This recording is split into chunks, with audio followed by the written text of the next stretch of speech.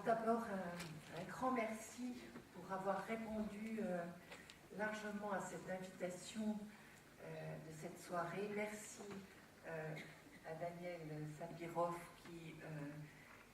grâce à qui finalement mon livre va être connu en Grèce. Je le remercie pour sa traduction dont j'ai entendu dire depuis hier qu'elle est vraiment très bonne. Je crois que c'est un grand honneur pour moi. Merci à l'Institut français, à l'ambassade d'avoir contribué, de nous accueillir, d'avoir contribué aussi au succès de cette soirée. Il m'est venu à l'esprit, en écoutant la première partie de cette soirée, les contributions que vous venez d'entendre, l'histoire suivante, que peut-être certains d'entre vous connaissent. C'est une histoire que racontent les bouddhistes. Il s'agit d'une jeune femme qui vient de perdre son enfant. Et elle est évidemment noyée dans un immense chagrin. Et elle va voir le Bouddha et lui demande de rendre la vie à son enfant. Et le Bouddha lui dit: rapporte-moi une graine de moutarde que tu auras trouvée dans une maison où personne n'est mort. Alors elle part avec son enfant dans les bras. Elle frappe à toutes les portes du village et évidemment, vous vous en doutez, elle ne trouve pas une seule maison qui n'a pas connu la mort. Elle comprend la leçon, elle enterre son enfant et elle retourne voir le Bouddha pour lui demander de lui enseigner la compassion. Personnellement, j'aime beaucoup cette histoire parce qu'elle fait le lien entre la compassion, c'est-à-dire la capacité d'être avec celui qui souffre, et la lucidité, l'acceptation que la mort fait partie de la vie. C'est à partir du moment où cette femme a compris que ce qui lui arrive à tout le monde, qu'il n'y a pas une famille, il n'y a aucun d'entre nous ici qui peut dire qu'il ne sera pas concerné un jour par la mort d'un proche. Ou bien c'est qu'il partira lui-même et que ce sont ses proches qui seront affectés. Donc personne ne peut dire qu'il n'est pas concerné par cette question. Et c'est à partir du moment où nous prenons conscience de cela, c'est-à-dire que nous sommes de notre finitude, du fait que nos vies sont limitées dans le temps, que l'on peut s'ouvrir à la compassion. Dans un monde dans lequel on dénie la mort, comme d'ailleurs dans nos sociétés occidentales, on fait comme si la mort n'existait pas. On la voit partout, à la télévision, c'est la mort spectaculaire, c'est la mort lointaine. Tous les jours, nous l'avons sur nos écrans. Mais la mort intime, justement, mykios thanatos, c'est-à-dire celle qui nous touche, qui nous blesse peut-être, celle-là, on n'en parle pas. Elle est cachée, elle est taboue. Et dans un monde qui dénie la mort, est-ce que vous m'entendez? Oui. Dans un monde qui dénie la mort, eh bien, il y a peu de compassion pour les mourants. Vous voyez le lien? Il y a peu de compassion. Et je l'ai constaté pendant toutes ces années. Si l'on n'a pas fait un travail d'acceptation de cette réalité comme faisant partie de la vie, on ne peut pas ouvrir son cœur à la souffrance de ceux qui vont mourir ou de leurs proches, à la souffrance du deuil. Alors j'ai eu la chance de rejoindre en 1987 la première équipe de soins palliatifs. Des hommes et des femmes qui avaient choisi de travailler dans un service qui était consacré à l'accueil des personnes que la médecine ne pouvait plus guérir.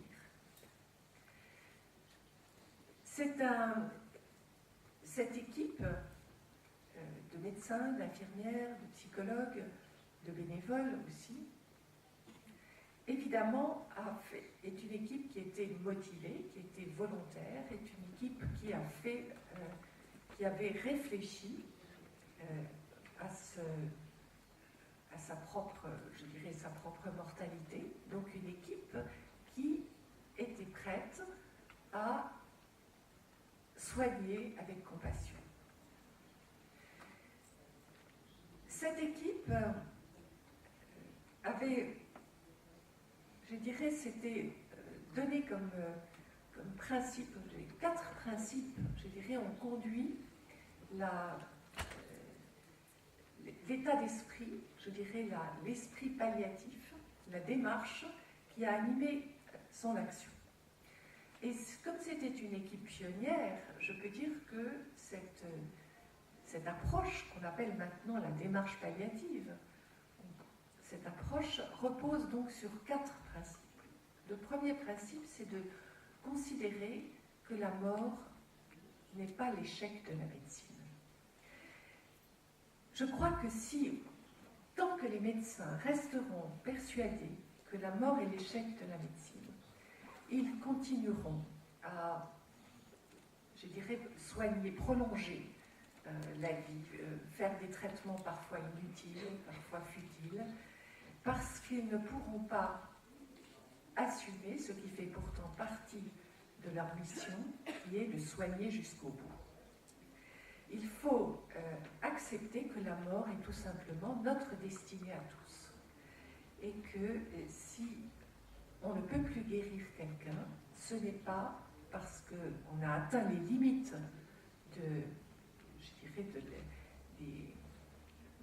des ressources médicales que la personne n'a pas encore du temps à vivre. Et ce temps que j'appelle le temps du mourir, et qui est un temps où l'on reste vivant jusqu'au bout, ce temps a une immense importance. C'est l'expérience que nous avons faite. C'est le message aussi que j'ai essayé de transmettre dans mon livre à travers les histoires que j'ai racontées. C'est le temps qui reste à vivre, qu'il soit d'une heure ou de quelques mois ou même de quelques années, à partir du moment où les médecins ne peuvent plus guérir, ce temps-là est important. J'ouvre une parenthèse, c'est un temps qu'il est impossible de chiffrer. Je crois que la médecine doit avoir cette humilité de pouvoir dire « je ne peux plus vous guérir, mais le temps qui vous reste vous appartient. C'est votre mystère, votre secret. Je ne sais pas combien de temps il vous reste à vivre. » Parce que quand un médecin dit cela, il restitue à la personne quelque chose de très important. Ce secret intérieur du temps qui lui reste. Et elle va pouvoir se l'approprier, ce temps. Si elle se l'approprie, elle va pouvoir lui donner du sens. Et j'ai vu des personnes qui, devant un médecin qui avait cette attitude de vérité, qui est de dire « je ne peux plus vous guérir, mais le temps qui vous reste vous appartient », j'ai vu des personnes se redresser et dire « eh bien, je pense que je vivrai jusqu'au mariage de mon fils, ou je pense que je vivrai jusqu'à Noël, ou j'aurai le temps de terminer ce que j'ai à faire. » Et je peux dire que dans plus de 90% des cas, les personnes ont vécu jusqu'à cette échéance intime qui était importante pour elles. Car le temps qui reste à vivre ne dépend pas uniquement des paramètres biologiques ou organiques. Il dépend du désir de vivre, ou du non-désir de vivre aussi. Il dépend de ce qui reste à faire, de ce qui reste à régler. Est-ce qu'on a encore besoin de temps pour régler des choses qui ne le sont pas? Il dépend finalement de tout un monde intérieur qui n'appartient pas à la médecine. J'ai une parole que je vois qu'il y a un religieux qui nous a fait l'honneur d'assister à cette soirée. Et il y a une parole qui est chez l'apôtre Paul, que j'aime beaucoup, que je trouve très juste, lorsqu'il dit « Tandis que notre homme extérieur s'en va en ruine, notre homme intérieur se renouvelle de jour en jour. » Eh bien, cette parole, je peux vous dire qu'en tant que psychologue, ayant observé la façon dont les personnes vivaient leur temps de mourir, j'ai vu des personnes se détériorer physiquement, s'affaiblir, mais leur homme intérieur se renouveler de jour en jour. J'ai vu souvent une véritable renaissance intérieure, on pourrait le dire comme ça, une vitalité. Et ce que j'ai observé, un de nos psychanalystes qui s'appelle Michel de Musan, qui a écrit un article remarquable qui s'appelle « Le travail du trépas », appelle cela, dit de ce travail intérieur, justement de cette dynamique intérieure qui habite la personne qui va mourir. Il dit que c'est comme une tentative de se mettre complètement au monde avant de disparaître. Voilà une très jolie métaphore qui est un peu une métaphore d'accouchement de soi avant de mourir. Eh bien, ce ne sont pas que des bonnes paroles ou des belles paroles, car ces paroles, je les ai vues illustrées, je les ai vues à l'œuvre. J'ai vu comment des personnes, effectivement, à partir du moment où elles sont soulagées, c'est là aussi où les soins palliatifs sont si importants, à partir du moment où elles sont soulagées, à partir du moment où on n'est pas dans le déni de la mort, où on ne leur raconte pas d'histoire, où on ne mène pas une sorte de comédie du mensonge, à partir du moment où on est vrai dans la relation avec elles, à partir du moment où on respecte ces personnes, leurs besoins, quels qu'ils soient, leurs besoins affectifs, leurs besoins spirituels, lorsqu'elles vivent les choses comme cela, elles s'approprient ce temps et elles en font quelque chose qui est de l'ordre justement de cet accomplissement de l'homme intérieur. Ce sont ces histoires que vous lirez dans mon livre. Il y a, je ne sais pas, une vingtaine, peut-être 30aine d'histoires qui se croisent, mais qui illustrent ce que j'ai observé. Or, pourquoi il est si important que nous puissions témoigner du fait que le temps qui reste à vivre a une valeur? Parce qu'aujourd'hui, dans notre monde occidental,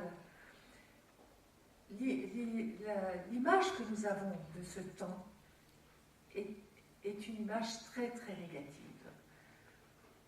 On pense qu'à partir du moment où la médecine ne peut plus guérir, le temps qui reste n'a aucun sens. Il est absurde, il est pénible, c'est une attente douloureuse de la mort. Pourquoi ne pas l'abréger? C'est ce qu'on entend, c'est ce que j'entends.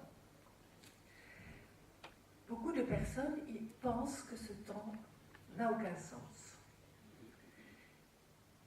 C'est la raison pour laquelle je crois que lorsque l'on a fait l'expérience, et cette expérience humaine très profonde de l'accompagnement, il faut en témoigner. Nous manquons de témoignages. Il y a les témoignages de mon livre, mais j'écoute régulièrement en France les émissions de télévision sur ce sujet, et finalement c'est souvent des témoignages extrêmement douloureux, extrêmement pénibles que l'on montre. Et cette réalité aussi est une réalité qui existe.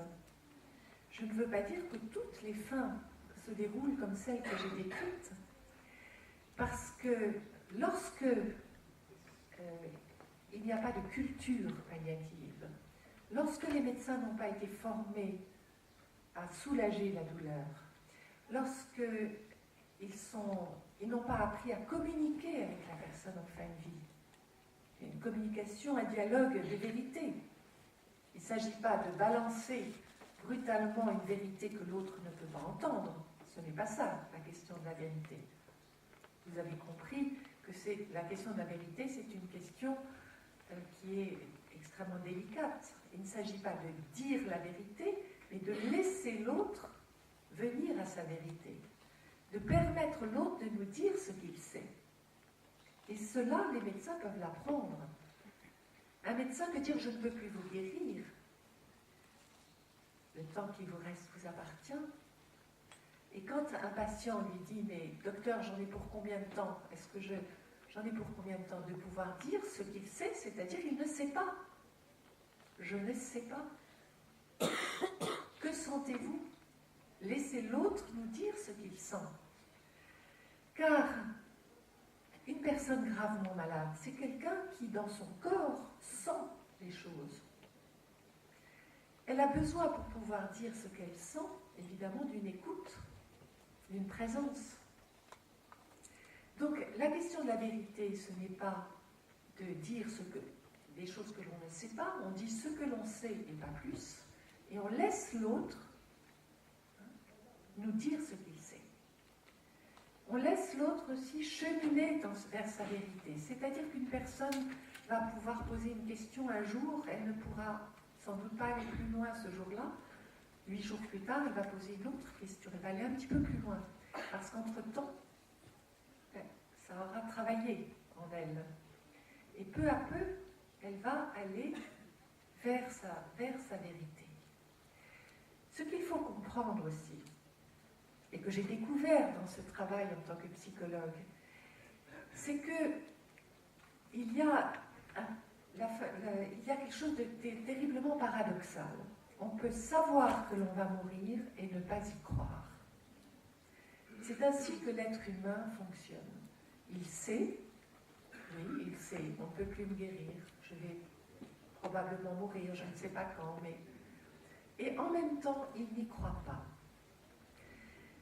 Et il n'y croit pas parce qu'en fait, et là, ce n'est pas une question qui est religieuse, c'est une question qui relève de notre inconscient. Notre inconscient ne croit pas à la mort. Elle n'est pas représentable. Pour l'inconscient, il n'y a que de la vie.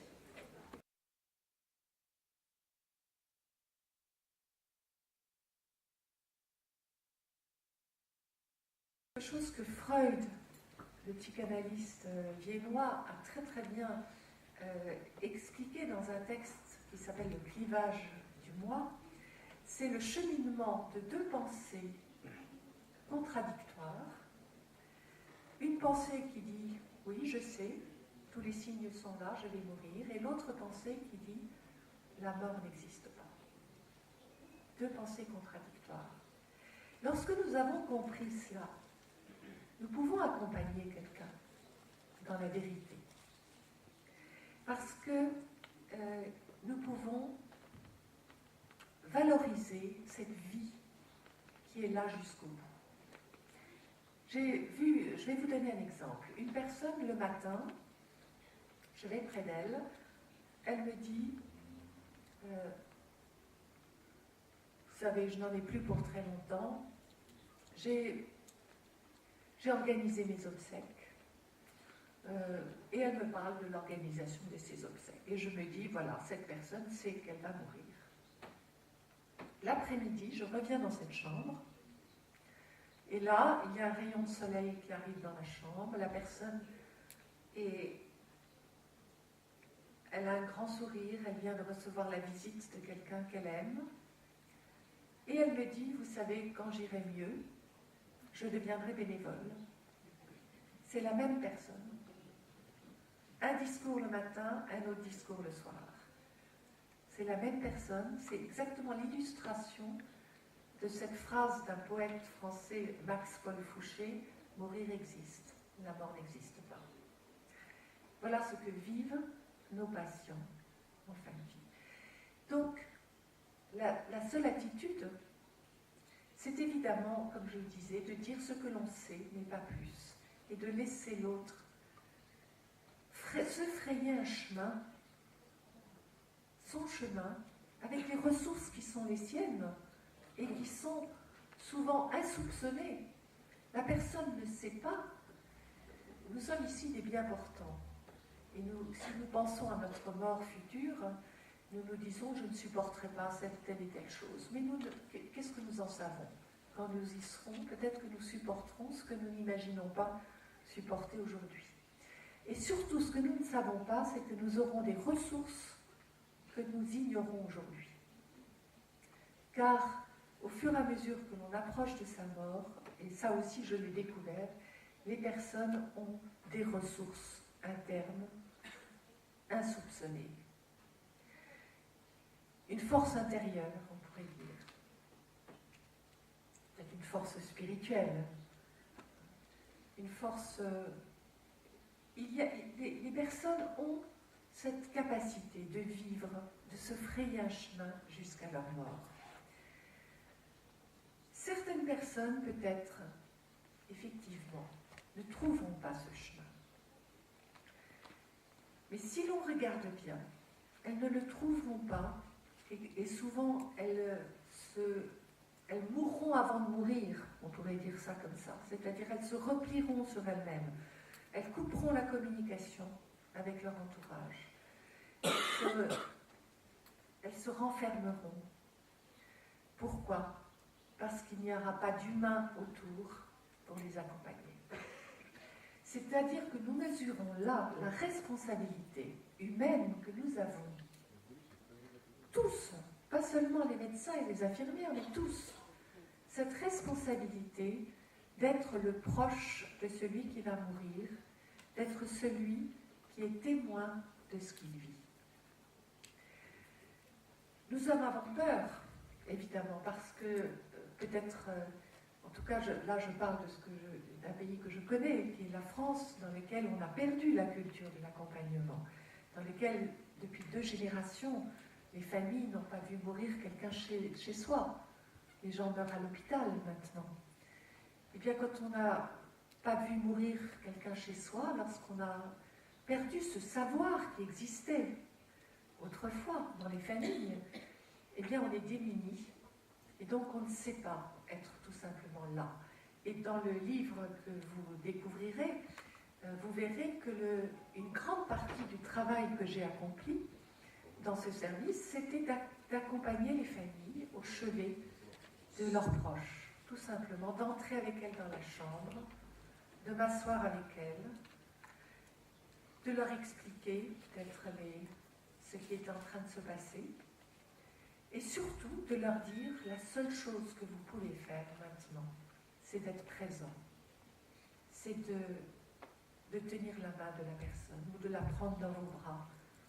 C'est de lui parler avec le cœur. C'est de lui dire au revoir. Voilà ce que j'ai fait pour aider les familles à accompagner, à prendre congé. Et d'une certaine façon, c'est un vrai rituel.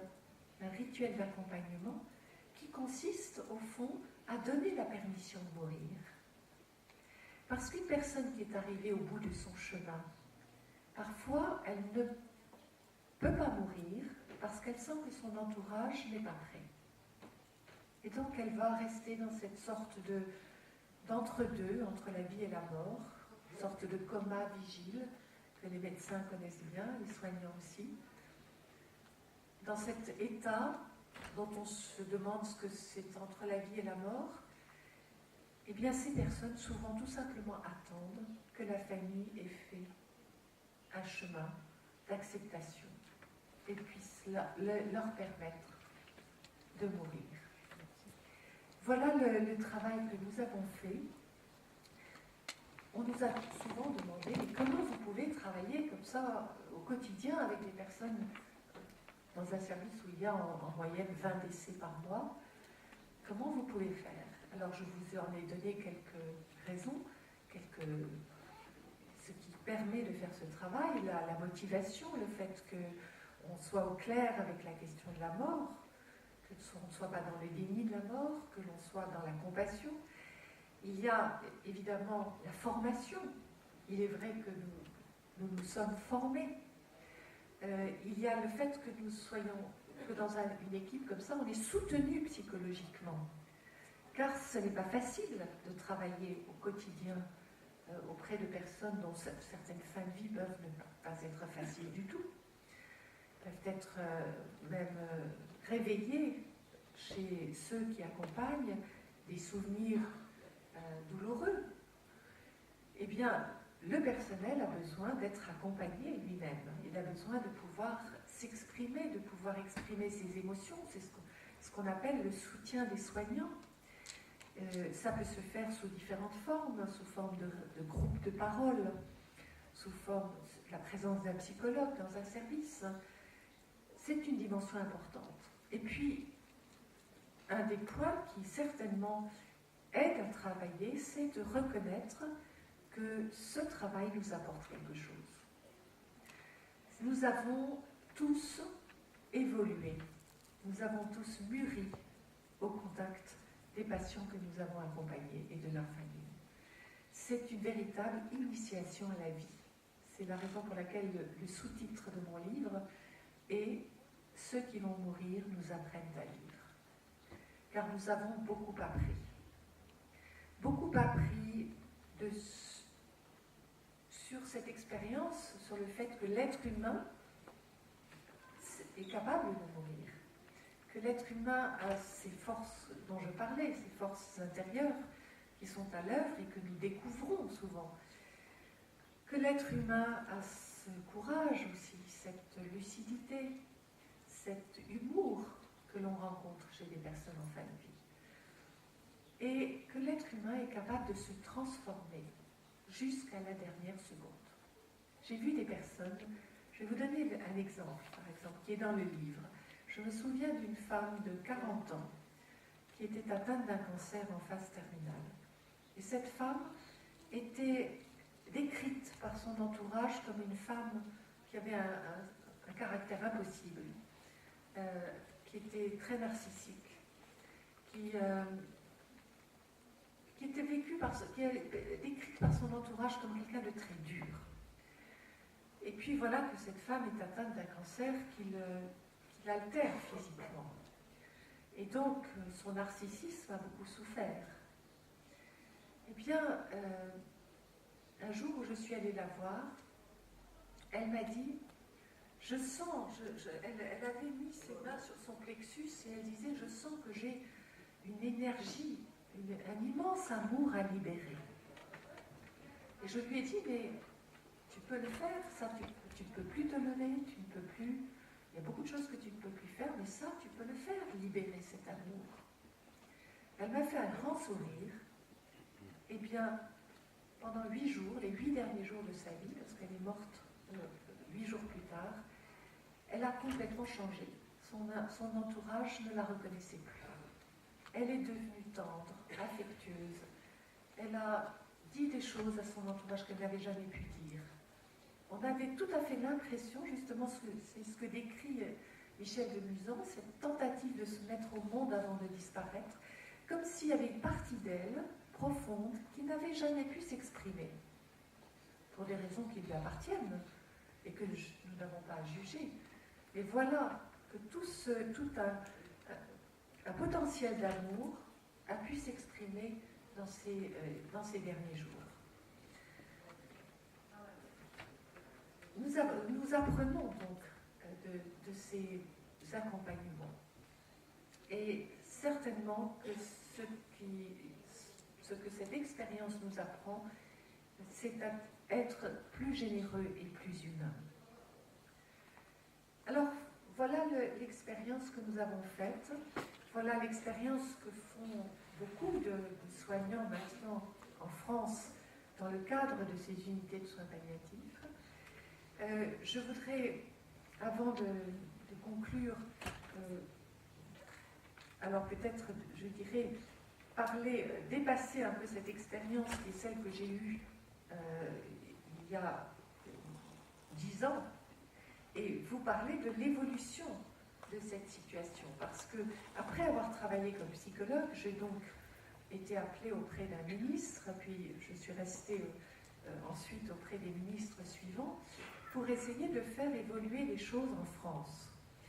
Nous avons beaucoup progressé en termes de développement des structures de soins palliatifs, en termes également d'enseignement, l'enseignement obligatoire des soins palliatifs dans les études de médecine, l'enseignement post-universitaire qui sont à la disposition de la médecine, même si ces moyens écourtent un peu la vie. C'est-à-dire qu'on ne peut plus dire aujourd'hui « je limite les moyens pour soulager parce que j'ai peur que ça ait des conséquences sur le temps qui reste à vivre ». Lorsque l'intention est de soulager, et c'est là qu'on voit que la discussion éthique est tellement importante en amont, quelle est la bonne décision à prendre pour tel patient que nous n'arrivons pas à soulager. Donc, le soulagement, le droit d'être soulagé est un droit qui est acquis. Le droit de refuser un traitement. La loi Leonetti va très loin dans le respect du refus de traitement, c'est-à-dire dans la non-obstination déraisonnable, le non-acharnement thérapeutique. Toute personne peut demander à ce que l'on arrête un traitement qui vise à la maintenir artificiellement en vie, ou tout simplement un traitement qui viserait à prolonger sa vie. C'est un droit qui est acquis. Bien sûr, le médecin doit tout mettre en œuvre pour expliquer aux patients quelles seront les conséquences de l'arrêt d'un traitement, mais si la personne persiste dans ce désir que l'on ne poursuive pas, eh bien, il doit respecter ce refus. Et l'autre point important de la loi Leonetti, c'est que cette loi fait obligation à tous les établissements de santé et des établissements pour personnes âgées dépendantes de développer la culture palliative. L'idée des parlementaires, quand ils ont voté cette loi, c'était de se dire il ne faut pas qu'il y ait une mort à deux vitesses en France, c'est-à-dire des endroits dans lesquels on va avoir des bonnes conditions pour mourir, les unités de soins palliatifs, et puis partout ailleurs où ça va se passer très mal parce que les gens ne sont pas formés, parce qu'il n'y a pas de culture palliative. Ce qui est actuellement le cas. Vous avez des endroits dans lesquels on est sûr que l'on va trouver des bonnes conditions pour mourir, et puis d'autres dans lesquelles ces conditions ne sont pas là, faute de formation, faute de soutien des soignants. Eh bien, l'idée du législateur, c'est que partout où l'on meurt, en réanimation, aux urgences, en pédiatrie, en gériatrie, en médecine, en oncologie, tous les domaines, et à domicile évidemment, pour les personnes âgées, partout, on puisse offrir des conditions d'humanité et de dignité. Donc c'est ce qui est la politique française maintenant, est là, développer la culture palliative. Et c'est un esprit, une démarche, comme vous avez vu. C'est bien sûr une compétence technique, un savoir-faire. Il faut savoir soulager, il faut savoir se réunir pour discuter des situations difficiles. Il faut apprendre à communiquer avec les patients. Et puis, il y a tout l'aspect de l'accompagnement, c'est-à-dire toute cette approche psychologique, affective, compassionnelle, cette prise en compte de tous les aspects de la souffrance, pas seulement physique, mais spirituelle, psychologique. Donc, voilà ce qu'est la démarche palliative. Alors, nous sommes en route, on pourrait dire, pour la développer, puisque la loi demande à ce que dans tous les établissements, il y ait des référents soins palliatifs dans tous les services qui sont concernés par la fin de la vie. Il n'y a pas encore des référents partout. C'est la raison pour laquelle je peux dire, et ça je l'ai constaté dans le Tour de France des régions que j'ai fait depuis 2 ans, c'est que la loi Leonetti n'est pas encore assez connue, elle n'est pas appliquée encore, et que nous avons donc une très bonne loi, mais le travail qui reste à faire, c'est de l'appliquer. Voilà ce ce que je voulais vous dire. Et puis je suis évidemment tout à fait disposée à répondre aux questions que vous auriez, parce que je n'ai peut-être pas non plus balayé entièrement ce champ immense des questions que nous nous posons face aux fins de vie.